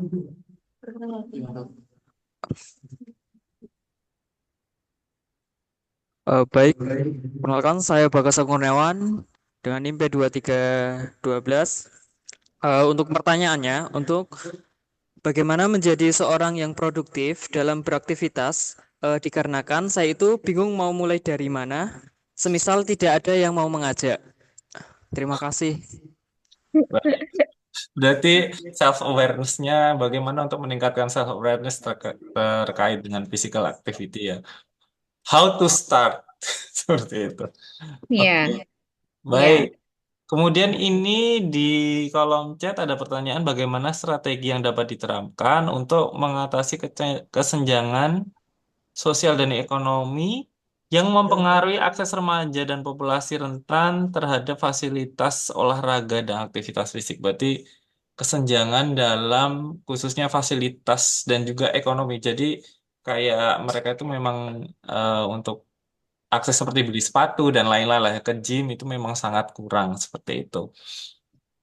Dan juga ya, fasilitas olahraga yang mungkin kalau di kampung fasilitas olahraganya ya jalan raya, ya, jalan kampung saja gitu. Nah, bagaimana strateginya untuk ya, apabila kita ingin melakukan aktivitas fisik tapi dalam eh, fasilitas yang sangat kurang gitu Mbak maksudnya. ya. Oke, saya jawab yang pertama dulu ya tadi ya, yang bagaimana memulainya gitu. Kalau nggak ada temen gimana? Cari temen ya udah gitu kan. Bagaimana memulainya? Paling tidak setelah hari ini kan ada teman-teman yang terekspos dengan informasi yang sama, dengan mungkin kesadarannya juga ya tumbuhnya juga hampir bersamaan kan. Mungkin dari teman-teman misalnya yang satu kampus ya, satu fakultas misalnya bisa diagendakan setiap hari Sabtu atau setiap hari Minggu tuh mungkin agak susah datang ke kampus ya. Jadi mungkin yang ke kampus setiap hari Jumat misalkan, Jumat sore misalkan, setelah kelas gitu ya, setelah acara kelas tuh dijadwalkan jalan bareng muter kampus aja gitu. Jadi ini bisa untuk memotivasi teman-teman untuk memulai dulu. Kesadaran kolektifnya dibangun dulu, coba diciptakan mungkin Pak Pras nanti atau teman-teman yang di kampus bisa menginisiasi ya beberapa kegiatan yang bisa menampung teman-teman adik-adik yang sebetulnya kepingin tapi nggak ada tempatnya atau nggak ada sarananya gitu. Di kampus saya kira misalnya kalau kepengen main badminton gitu kan pasti ada musuhnya dong gitu kan mungkin badminton klubnya diaktifkan, sepak bola klubnya diaktifkan, kalau yang teman-teman cewek mungkin yoga klubnya gitu kan kalau yang belum ada dibuka misalnya zumba kelas atau yoga kelas gitu atau misalnya renang yang mau berenang gitu. Atau jalan kaki aja kami di sini itu di research center saya kita ada setiap hari Selasa walking together setiap hari Selasa sekitar jam 4 sampai jam 5 sore. Jadi kita tutup pekerjaan semua keluar semua jalan putar kampus aja 1 jam aja. Itu collective actionnya itu perlu untuk bisa menjadi modal untuk individual ketika nanti mereka beraktivitas sendiri gitu. Jadi memang perlu itu yang namanya group physical activity, collective physical activity untuk salah satunya untuk meningkatkan motivasi. Kalau sendirian kan males banget ya, jalan kampus panas-panas sendirian kayak orang gila gitu. Nah, kalau bareng-bareng kan ada ceritanya gitu kan. Jadi bisa itu mungkin bisa didesain di satu kelas aja atau 2 kelas aja, diinisiasi saja misalnya 1 minggu sekali. Kita jalan setiap hari Jumat sore gitu, jam 4 sampai jam 5 atau setengah 5 sampai setengah 6 sebelum maghrib gitu ya. Jalan bareng-bareng muter kampus. Itu bisa jadi satu awal yang baik gitu. Kemudian yang berminat badminton, basket, olahraga yang lain, yoga, dancing gitu bisa nanti coba difasilitasi gitu ya. Kalau SMA dulu kalau nggak salah kan ada yang namanya ekstrakurikuler yang olahraga ya.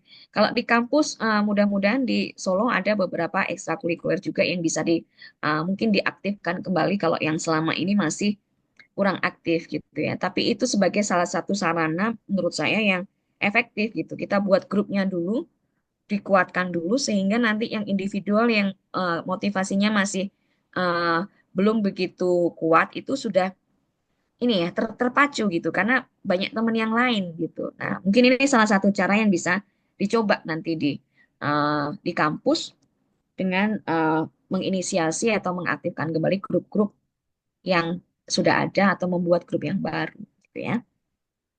Nah, untuk yang pertanyaan kedua tentang kesenjangan sosial ekonomi mempengaruhi akses remaja. Sebetulnya banyak sekali olahraga itu, aktivitas fisik itu yang nggak perlu biaya, ya kan? Nggak perlu biaya. Jalan kaki itu nggak perlu biaya. Lari pagi, lari sore itu nggak perlu biaya. Main bola misalnya bareng sama teman paling beli bolanya.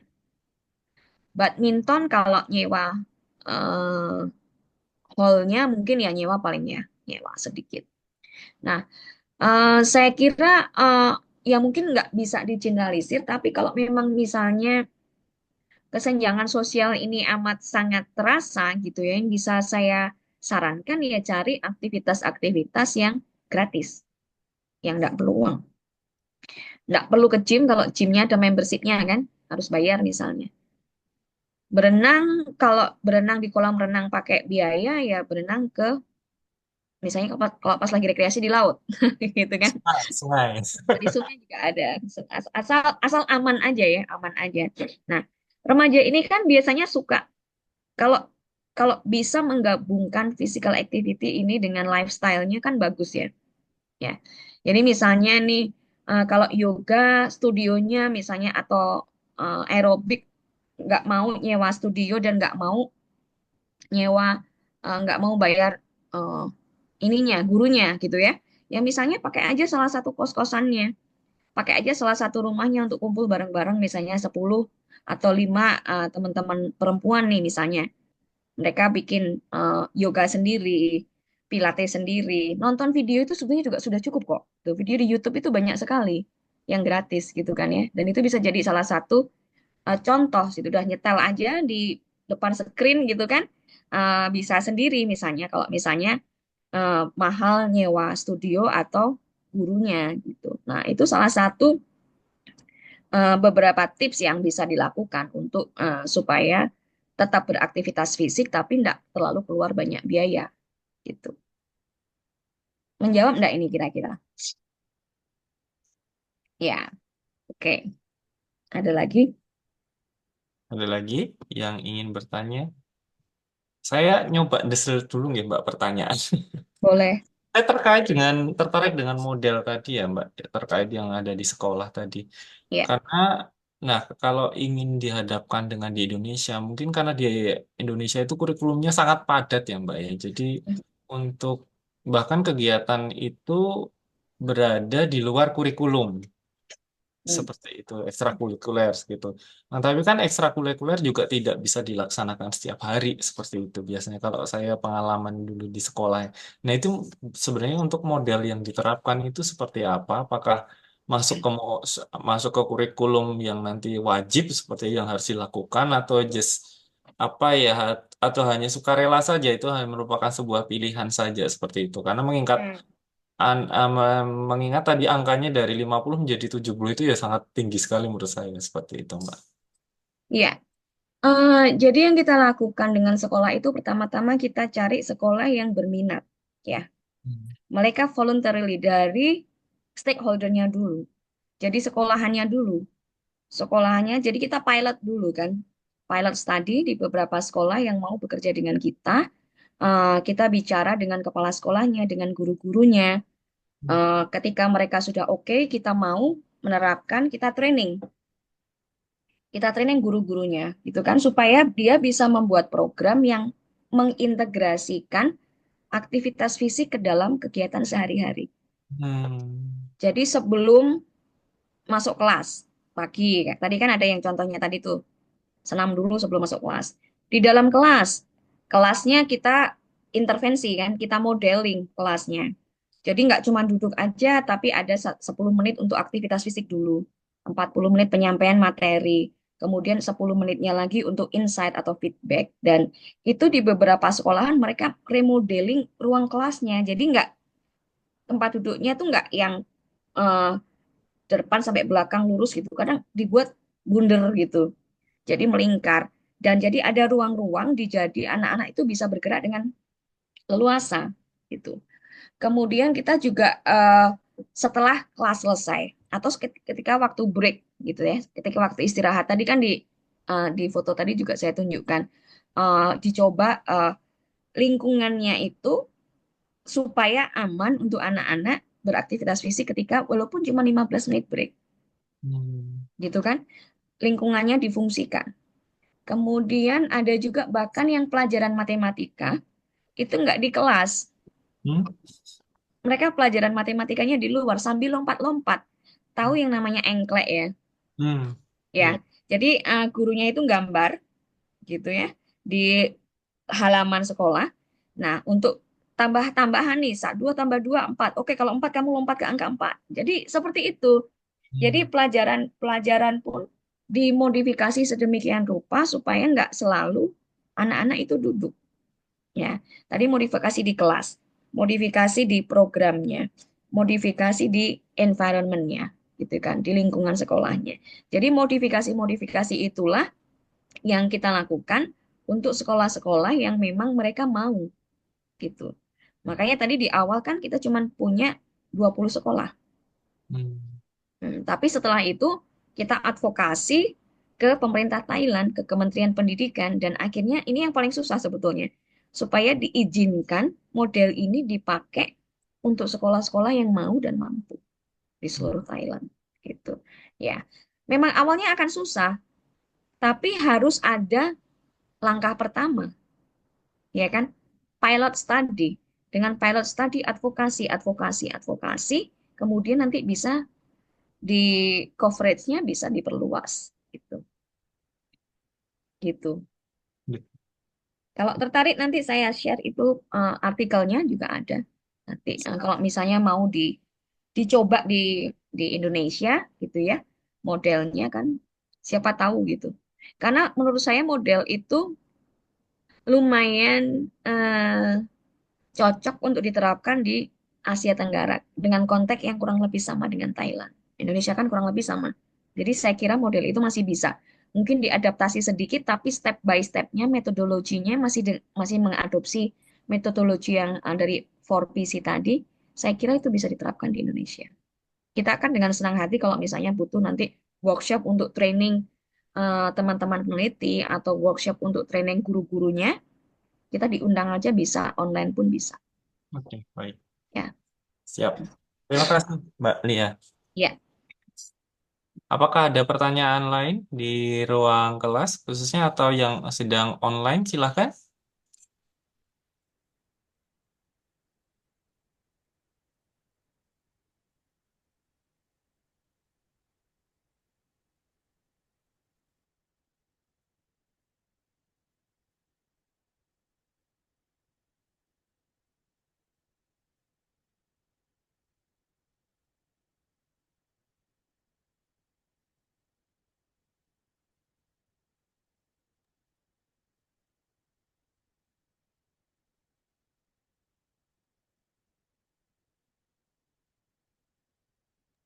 Permisi Pak, ada. Oh ya, baik. Silakan. Ya, baik. Terima kasih atas kesempatan diberikan kepada saya. Saya memiliki satu pertanyaan dari materi yang telah dipaparkan. Cukup sangat menarik untuk dibahas. Jadi yang menjadi pertanyaan saya yaitu seperti kita tahu bahwa aktivitas fisik ini merupakan pergerakan tubuh oleh otot yang menggunakan energi. Nah, yang tadi dijelaskan bahwa ada kelompok yang mempunyai intensitas aktivitas tersebut. Jadi ada remaja, dewasa, dan lansia. Nah, yang tadi dijelaskan bahwa intensitas aktivitas fisik baik pada kelompok-kelompok yang tadi sudah disebutkan itu memiliki intensitas atau ukuran yang sama pada aktivitas fisik masing-masing kelompok tersebut. Nah, yang menjadi pertanyaan saya adalah apakah ukuran atau intensitas ini mempunyai efek samping yang mungkin saja merugikan bagi kelompok lansia, karena yang kita tahu bersama yaitu produktivitas lansia itu berbeda dengan remaja. Oke, Sekian dari saya, terima kasih. baik. Hmm. Mungkin akan saya lebih jelas tekankan lagi bahwa untuk Ya, pertanyaan apakah intensitas yang sama itu bisa diaplikasikan ke lansia juga gitu. Mengingat lansia kan mungkin juga secara fisik juga terbatas ya Mbak ya. Nah, apakah itu dipukul sama rata atau bagaimana? Kan tadi ada moderate, high, dan ada light begitu. Nah, apakah misalnya kalau moderate high itu juga bisa diaplikasikan ke eh, lansia ataupun ke populasi yang mungkin vulnerable seperti itu. iya, Seperti- Dan bagaimana caranya ya Mbak ya? Maksudnya kalau vulnerable itu apakah harus konsultasi dulu dengan dokter untuk olahraganya atau kita bisa menentukan sendiri seperti itu? Atau ada pedoman WHO yang memang harus dikonsulkan dulu ke health services atau bagaimana seperti itu? iya. Jadi WHO ketika menetapkan standar itu pasti didasari dengan banyak studi di seluruh dunia, berdasarkan penelitian klinis dan penelitian di kesehatan masyarakat gitu ya. Terutama mereka juga sudah mempertimbangkan dari penelitian-penelitian klinis. Jadi rekomendasi itu sudah didasarkan pada eh, level keamanan bagi masing-masing grup gitu ya. kecuali mungkin mereka yang punya kondisi khusus. Mereka yang sudah sakit gitu ya, saya juga akan sarankan untuk konsultasi dengan dokternya kalau mereka yang sakit. Tapi untuk populasi yang sehat, remaja, eh, mungkin tadi pikirannya bahwa vigorous intensity-nya remaja itu enggak apa-apa, tapi kalau lansia mau vigorous intensity itu bahaya. Mungkin tadi pikirannya seperti itu ya. Ya. Tapi nyatanya ada justru lansia yang lebih kuat daripada remaja. Ketika lansia ini terlatih sejak muda, ketika usia tadi Pak Pras juga sudah cerita, mereka umur 60 tahun tuh lebih fit dari yang mungkin lebih fit dari saya yang lebih muda gitu. Karena saya nggak terlatih dari muda, tapi justru mereka yang lebih dari yang sudah terlatih sejak muda gitu ya. Jadi secara umum level yang ditetapkan oleh WHO itu eh, intensitasnya mungkin bisa sama, tapi durasinya kan beda ya. Ya. Nah, kalau teman-teman punya smartwatch, punya misalnya Samsung Health atau Apple Watch, coba aja nanti ketika lari, dicek itu grafiknya. Kalau sudah oranye, itu berarti sudah mendekati vigorous. Ketika Anda sudah misalnya VO max-nya itu sudah hampir, udah bikin ngos-ngosan banget, biasanya respon tubuh seperti apa? Anda akan biasanya berhenti sebentar atau jalan, ya kan? Nggak, ketika udah ngos-ngosan banget kan Anda nggak akan disarankan untuk lari terus kan, mungkin dikurangi sedikit speednya sambil nafas sedikit 2 menit 3 menit nanti lari lagi gitu kan. Dan itu vigorous intensity itu nggak akan selalu di peak gitu. Jadi ketika nanti coba deh diamati di smartwatch-nya ya kalau punya, ketika Anda misalnya lari sudah sampai heart rate-nya itu sudah di atas 110, 120 gitu kan. Biasanya udah nggak nyaman toh.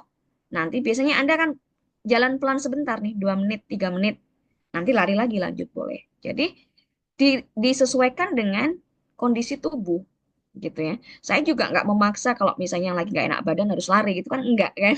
Tapi ketika Anda dalam kondisi yang fit, dalam kondisi yang sehat, diusahakan mencapai level moderate atau vigorous. Kalau nggak mau vigorous, moderate aja.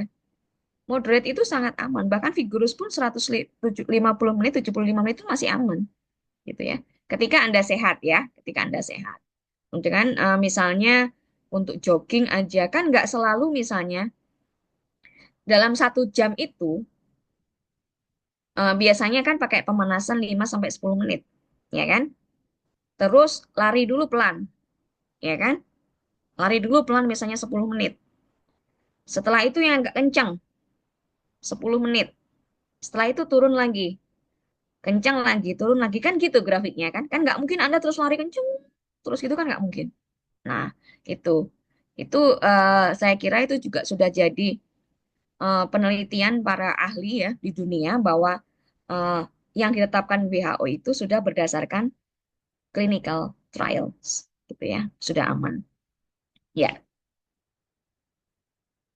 Baik, ini ada pertanyaan lagi di chat, Mbak. iya, Eh, Bagaimana cara melakukan aktivitas fisik di bulan Ramadan dan waktu pas pagi ataukah sore menjelang berbuka dan aktivitas fisik yang pas pada puasa itu apa? Seperti itu. iya. Ada Terus tips. terang, ya, terus terang saya bukan ahlinya ya untuk bisa menjawab seperti ini.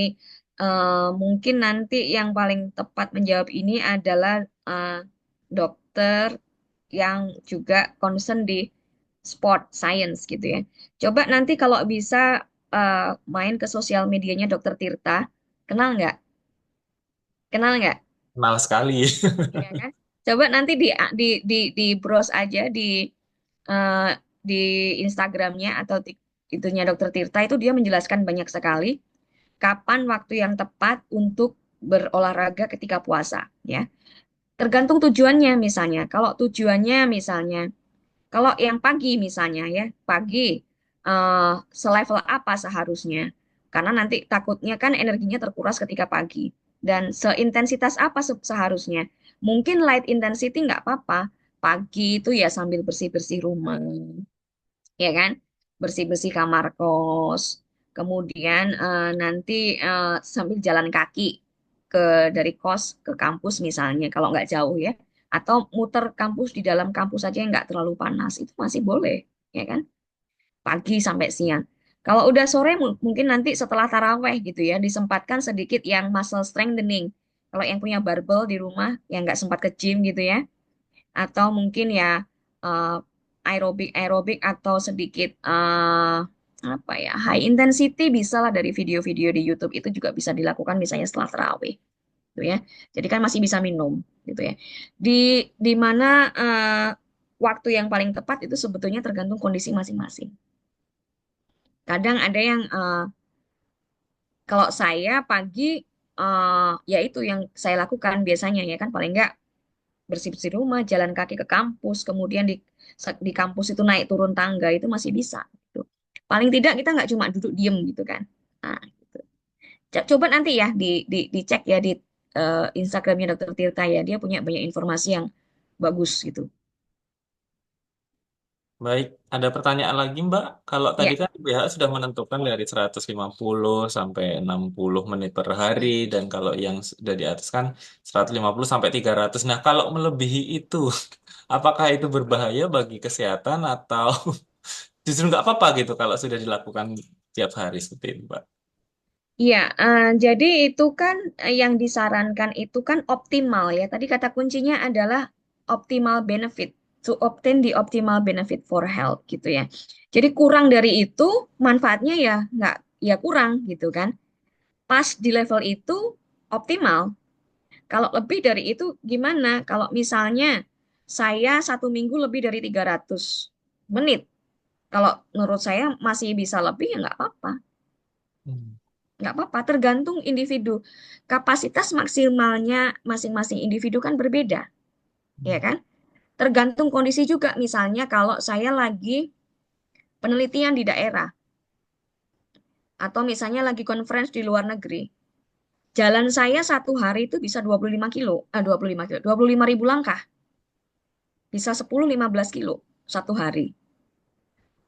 Rata-rata saya cuma jalan sekitar 3-5 kilo harian saya. Itu sudah memenuhi kriteria 300 menit tadi. Ya kan, saya olahraga jalan sekitar 1 jam 1 hari, tuh kan. Nah, kalau 6 hari berarti udah 6 jam, ya kan? 6.300. Ya 360, Ya, ya kan? Udah lebih. Kalau saya cuma jalan kaki 1 jam selama 1 minggu, 6 hari aja, itu udah lewat.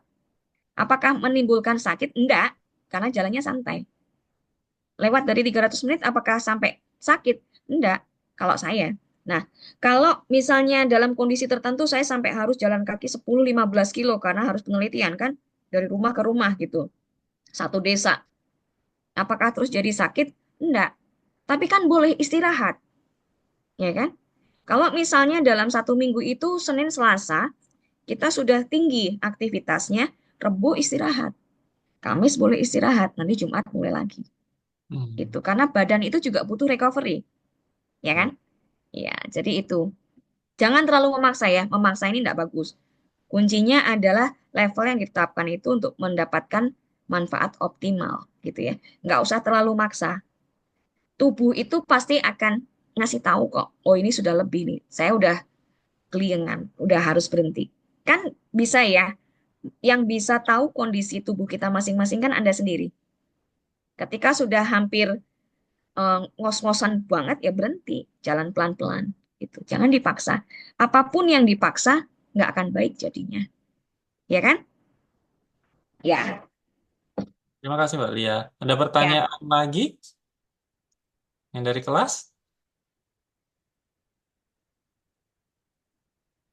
Cukup ya, karena waktu juga sudah habis. Sekali lagi saya, eh, Rivaldo tanya. Oh, udah Mas, udah tak baca. Baik, terima kasih Mbak Lia atas insight-nya yang sangat luar biasa karena memang saya sekarang ngaca ya, ternyata masih kurang juga.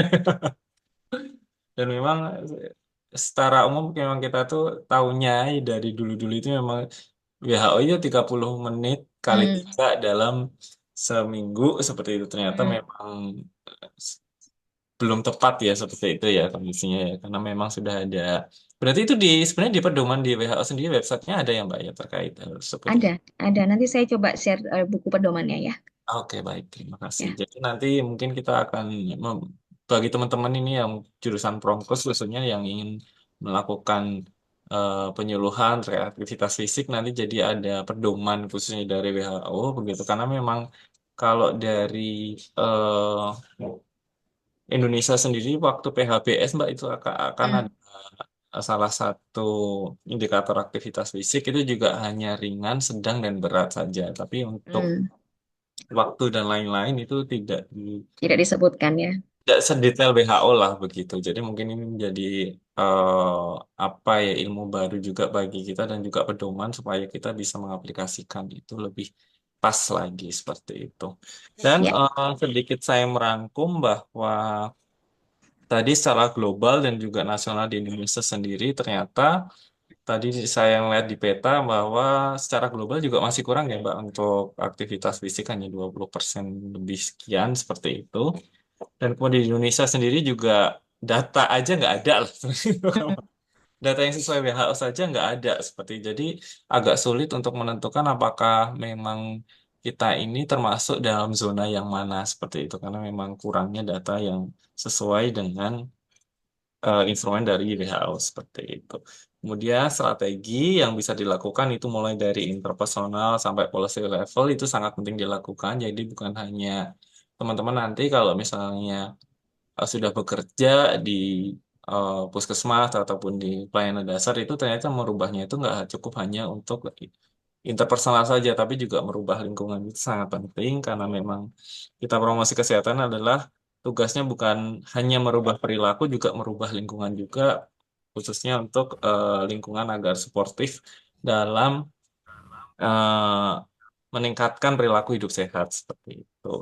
Dan juga jangan lupa apapun itu kita mulai dari diri sendiri ya. Karena betul. seorang petugas promotor kesehatan adalah role model. Jadi Hmm. tolong teman-teman semuanya mulailah olahraga dari diri sendiri dulu sebelum mau merubah orang lain karena apa yang kalian sampaikan kalau kalian sudah melakukan itu akan lebih mudah daripada kalian tidak melakukan sama sekali. Ya Hmm. mungkin itu saja Mbak. Terima kasih sekali Mbak Lia sudah memberikan Sama-sama. insight yang luar biasa termasuk saya juga terinsight-insight ini. Iya. Karena di ternyata di Thailand juga ada apa yang lembaga yang khusus untuk meneliti tentang physical activity ya.